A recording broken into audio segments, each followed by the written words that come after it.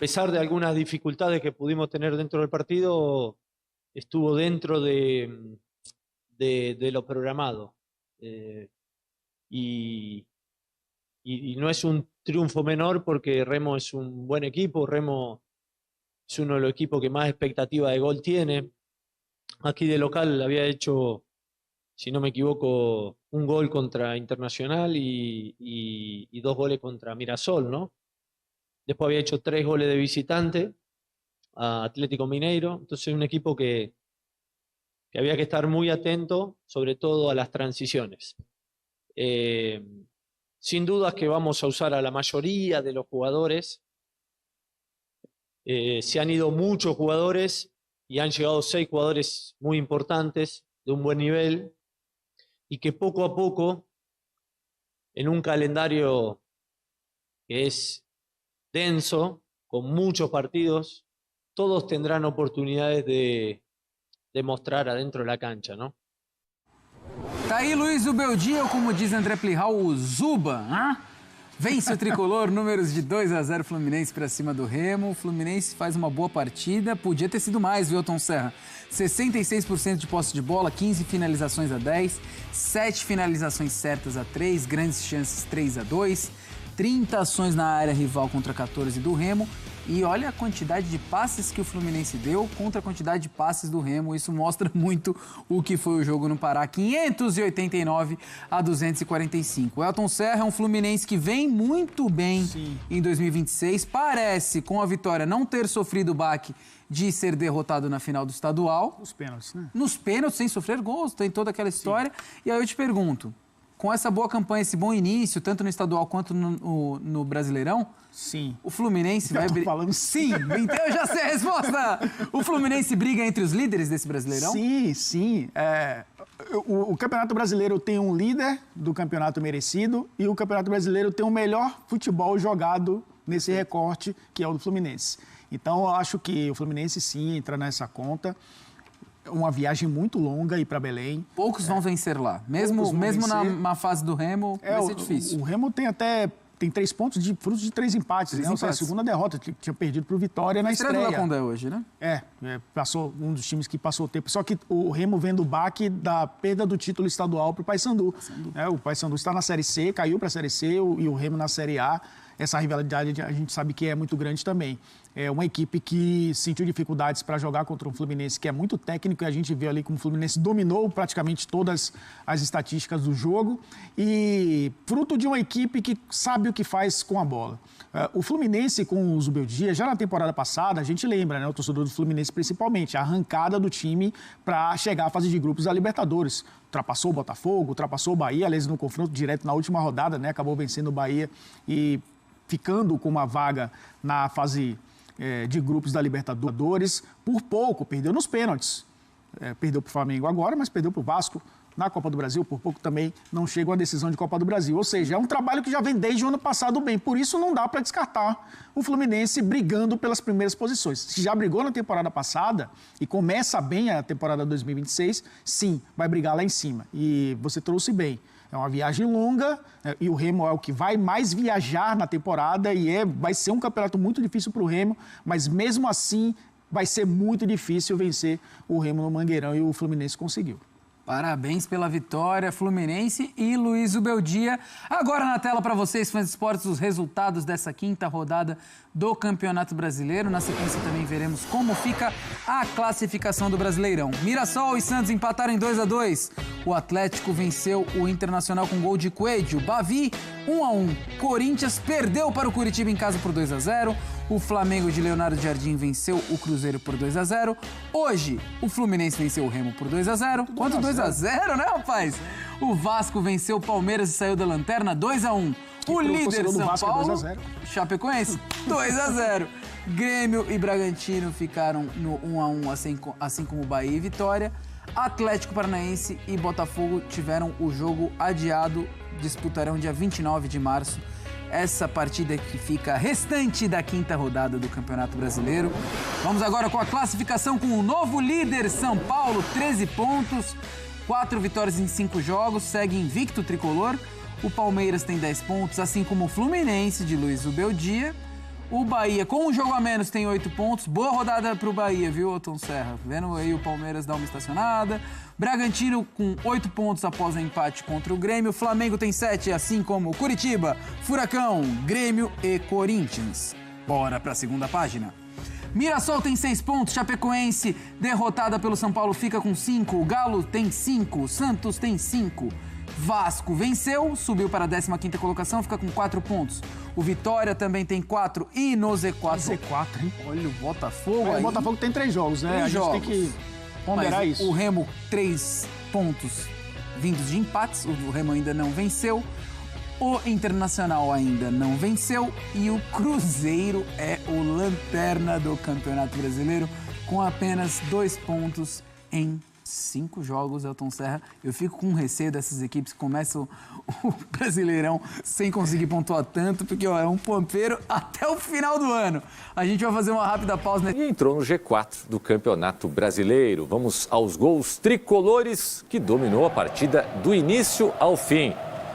E vai abrir o placar com John Kennedy. Temos os melhores momentos. Melhores momentos com o Remo assustando no começo.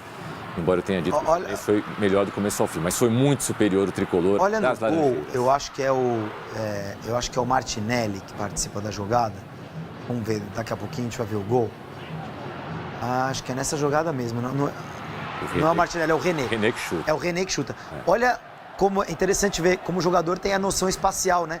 Olha como ele aponta na hora o jogador do Remo que está dando condições para o John Kennedy, ó. Sim. Ele aponta na hora. É interessante que o jogador tenha essa noção. E ele teve outra noção na partida, né? Ele está participando ali da batida de escanteio, ele vai para o lugar certinho, onde vai cair a bola. Não ficou fora da área, ele vai para dentro da área. E aí o Canóbio já assustando na sequência, chegando no travessão. Tomás, antes de começar o campeonato, para mim o Fluminense era o principal candidato a ser Cruzeiro. Por mais que o São Paulo seja líder, eu continuo apostando mais no Fluminense. Esse aí é o gol anulado do John Kennedy no final do primeiro tempo. Bem pouquinho, né? Eu acho que o Fluminense pode sim. Está 3 pontos atrás do São Paulo. Vai depender do que acontecer com ele na Libertadores, na Copa do Brasil, do quanto que o Zubeldia acabar mudando o foco em alguns momentos, abrir mão de jogos do Campeonato Brasileiro. Vamos ver. Vamos ver se isso vai acontecer. Eu não estou falando que isso vai acontecer, mas pode acontecer. E o Remo. Eu também, antes de começar o campeonato, dizia que o Remo podia ser o Sport do ano passado, sabe? Ficar muito para trás, muito rápido. Sim. E eu tô com medo de que isso aconteça com o Remo. Já trocou de técnico, já perdeu o Campeonato Paraense. Em casa, cara, no Mangueirão, com dezenas de milhares de pessoas, o Remo precisa fazer pontos. E o Remo não está fazendo pontos. Não está conseguindo fazer os pontos em casa. Então, muito preocupante esse começo de campeonato do Remo. Eu acho que é uma vitória bastante esperada e merecida, né? Do Fluminense. E a primeira vitória do Remo em muitos anos no Campeonato Brasileiro ainda não veio. O Remo segue sem vencer na competição. A gente está vendo aí no GC que o Rodrigo Castilho, ex-Lanús, né, campeão da Recopa Sul-Americana, estreou, né? E o Alisson, ex-São Paulo, estrearam. Foram os estreantes. Aliás, pelo Remo tivemos também a estreia no Campeonato Brasileiro do Léo Condé como treinador. Que foi técnico do Ceará no ano passado, caiu, né? Exato. Fez um grande brasileiro até aquela reta final em que o Ceará não conseguiu segurar o Rojão. Olha que escalação interessante, né? Hércules, Martinelli, Savarino, Canóbio, esse Lúcio Acosta que joga muito. O Kennedy está fazendo uma grande temporada. Então chega o Castilho, é muito interessante, porque se o Kennedy entrar numa dinâmica ruim, e o Kennedy é meio cabecinha, ele pode totalmente entrar numa dinâmica ruim, você tem outro. Sim. Tem outro para botar. Quem tiver melhor vai jogar. Quem tiver mais confiante, fazendo mais gols, vai jogar. Não é mais o Lelê o reserva para centralmente. Ou todo o Cano, respeito, que era o ninguém, né? Não tinha ninguém para substituir o Cano. Se o Cano não estivesse fazendo gol, não estivesse jogando, não tinha ninguém. Quer dizer, quando teve o Kennedy, o Cruzeiro ganhou a Libertadores. Né? Então, Fluminense. O Fluminense ganhou a Libertadores, não o Cruzeiro. Então, é bem interessante esse time do Fluminense, Tomás. Muito bem. Ainda tivemos ali o Serna entrando. Serna, opção. O Otávio, né? E o Canóbio, que entrou, fez o segundo gol, você viu, de cabeça. O Gemes, zagueiro, assim, para mim a grande questão do Fluminense para esse ano em relação ao ano passado era a zaga, porque saiu o Thiago Silva, não é qualquer coisa. Não é qualquer um que saiu. E aí o Fluminense foi buscar o Gemes, bem pontual, talvez o melhor jogador desse Mirassol brilhante de 2025, né? falou-se de outros nomes e tal. O São Paulo foi buscar o Danielzinho, mas o James foi um jogador muito consistente. As 3 jogadores que foram contratados e já viraram titulares. Lucas Ramon e Danielzinho no São Paulo e o James no Fluminense. Na zona mista, após a partida, Sávio, lateral do Remo, comentou sobre o bom desempenho da equipe, mesmo sem os resultados acontecendo, pelo menos na avaliação dele. Já o meia Vitor Bueno e Santos ressaltou a entrega da equipe paraense. O que nós estamos fazendo está sendo bastante. Eu acho que precisamos nos doar mais, competir mais, pôr o pé na bola, começando desde mim. Mas eu acho que temos que olhar para dentro de nós e ver onde nós estamos errando, porque se já se passaram 5 rodadas e nós não conseguimos vencer, alguma coisa está errada. Alguma coisa precisa melhorar, precisamos nos doar mais. E, enfim, temos que começar a fazer isso a partir de amanhã, porque já domingo tem um jogo, no meio da semana tem outro. São 2 jogos fora, hoje estávamos diante do nosso torcedor dentro de casa e não conseguimos sequer um ponto. Então, olhar para dentro de nós e ver que precisamos fazer mais. Porque a gente tem feito bons jogos, é só que alguns detalhes que a gente acaba falhando ou a gente não acaba fazendo gol, mas tem muita competição pela frente ainda, é ter cabeça no lugar, o nosso time é bom, tem qualidade. Agora o professor vai implementar algumas coisas que ele quer, a gente poder respeitar e acatar dentro de campo e a gente fazer o nosso melhor. Beleza, trouxemos aí entrevistas, gols, melhores momentos de 3 dos 4 jogos de hoje. Daqui a pouquinho a gente fala de Grêmio.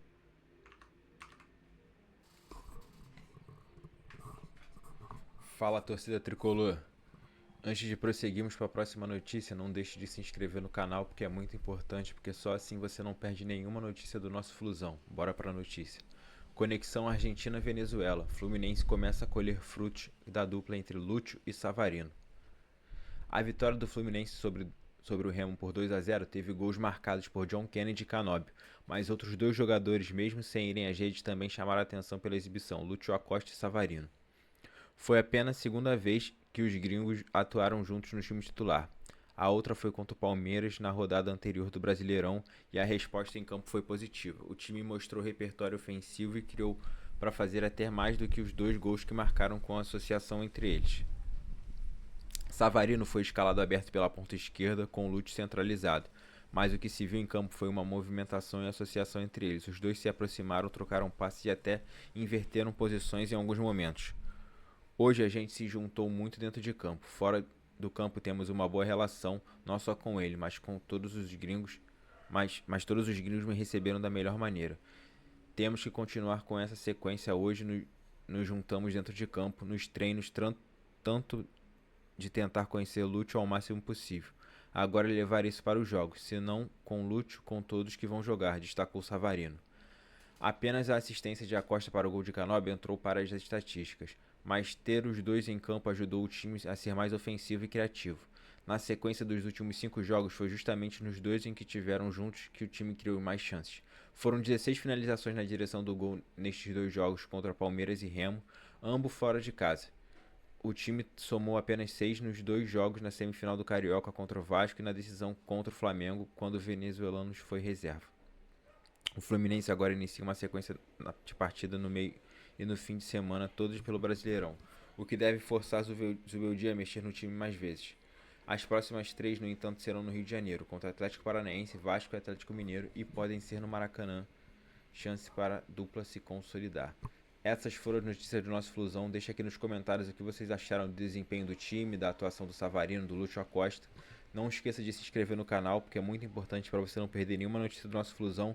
Deixe o like, ative o sininho, compartilhe o vídeo. É nóis, valeu!